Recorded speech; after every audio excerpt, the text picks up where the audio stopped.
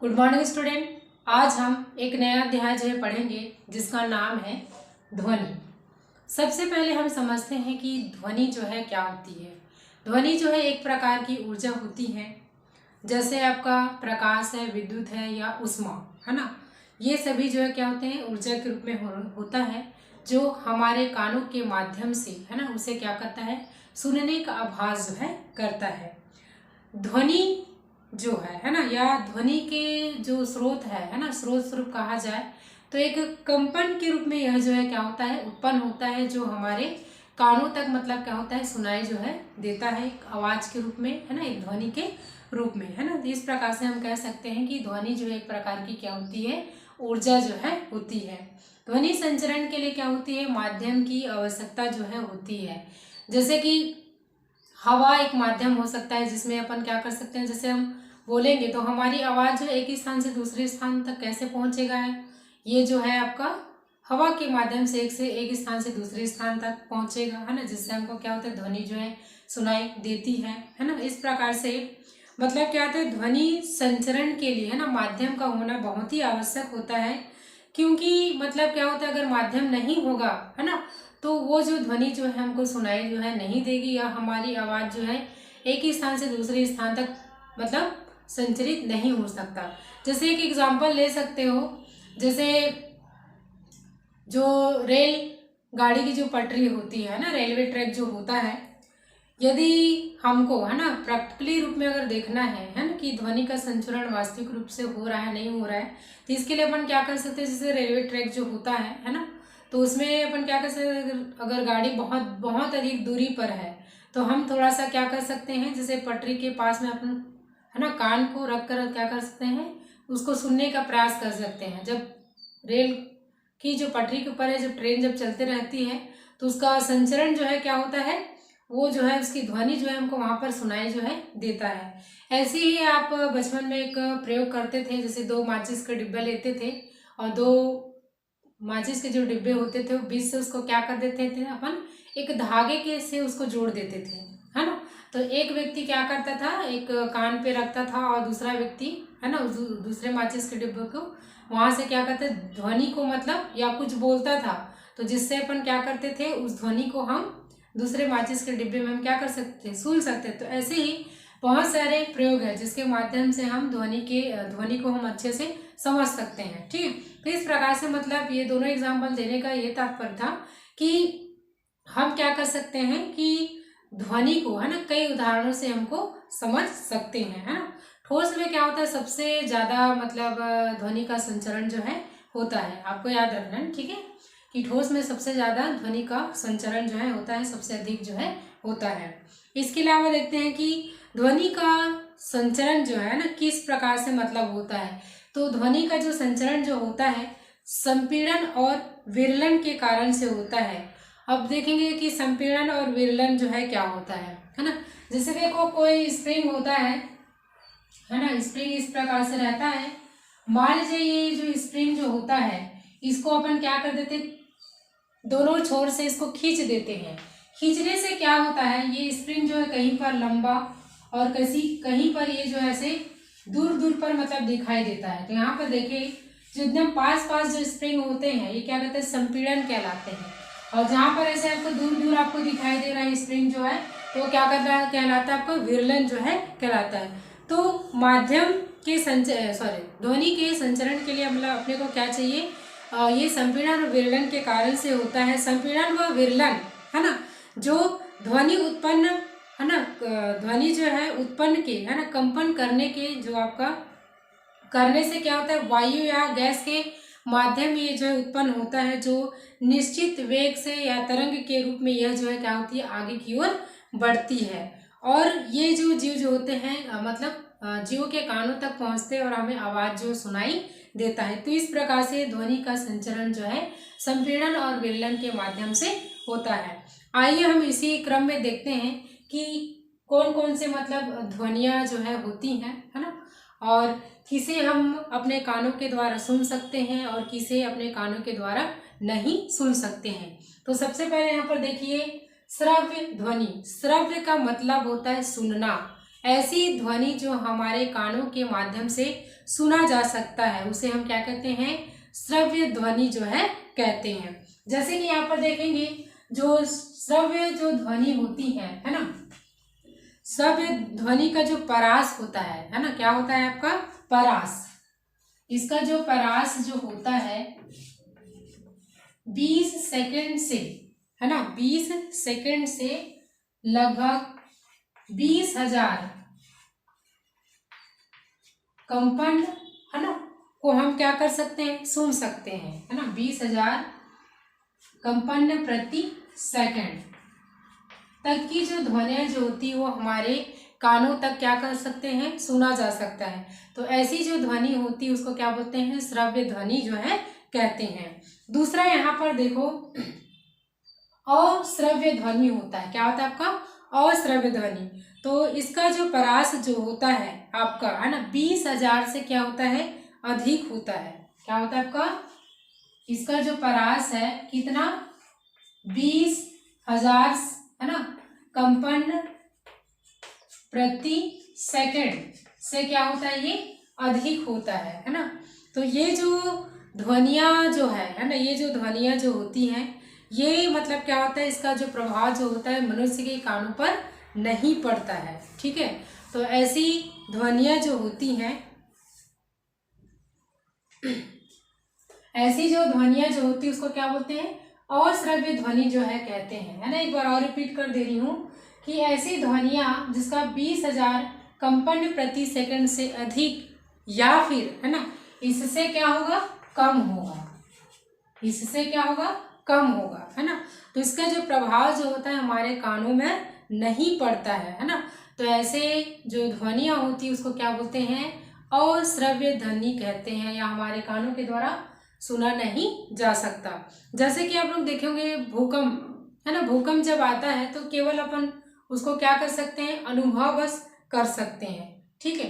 तो भूकंप की जो तीव्रता जो होती है ना, ऐसी ध्वनि को या इस तरंग को हम क्या कर सकते हैं, सुन नहीं सकते हैं, केवल इसका क्या कर सकते हैं, आभास कर सकते हैं। तो ऐसी ध्वनि को क्या बोलते हैं, अश्रव्य ध्वनि जो है कहते हैं।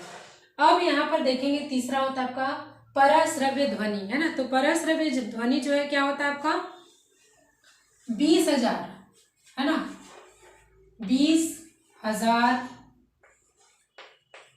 कंपन प्रति सेकंड, है ना, से क्या होता है, ये अधिक होता है। क्या होता है आपका, अधिक होता है।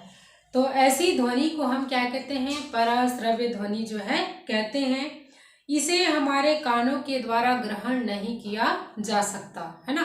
परश्रव्य ध्वनि जो रहता है क्या होता है, 20,000, है ना, कंपन प्रति सेकंड से अधिक होता है, और ये ध्वनि जो होती है हमारे कानों को ग्रहण नहीं किया जा सकता है। तो ऐसी जो ध्वनियाँ होती है उसको क्या बोलते हैं, परश्रव्य ध्वनि जो है कहते हैं। इसके उपयोग के लिए भी पूछा जाता है प्रश्न। तो देखते हैं कि परश्रव्य जो ध्वनि जो होता है इसका तरंग दैर्घ्य जो है बहुत ही मतलब क्या होता है, कम होता है। अतः जो गैस द्रव की जो मात्रा है ना, बहुत थोड़ा होने पर भी, है ना, उसमें क्या होता है, ध्वनि का जो वेग होता है उसको हम क्या कर सकते हैं, ज्ञात जो है कर सकते हैं। इसी प्रकार से हम परश्रव्य ध्वनि के द्वारा, है ना, क्या कर सकते हैं कि इसकी जो आवृत्ति है, मतलब तरंग जो होती है ना, परश्रव्य ध्वनि की जो आवृत्ति जो होती है बहुत अधिक होती है, और इसको सुनने का जो गुण है ना, जानवरों या पक्षियों में क्या होता है, बहुत अधिक होता है। जैसे कि चमगादड़ जो होता है ना, चमगादड़ की जो सुनने की या श्रव्य सीमा जो होती है वो 70,000 कंपन प्रति सेकंड होता है। यानी कि जानवर जो होते हैं वो परश्रव्य ध्वनि को सुन सकते हैं, हम मनुष्य जो है केवल कहाँ तक सुन सकते हैं, जो 20,000, है ना, कंपन प्रति सेकंड तक के जो ध्वनियाँ जो होती है उसे हम केवल सुन सकते हैं। तो जानवरों में इसकी क्षमता जो है बहुत अधिक होती है। इसी प्रकार से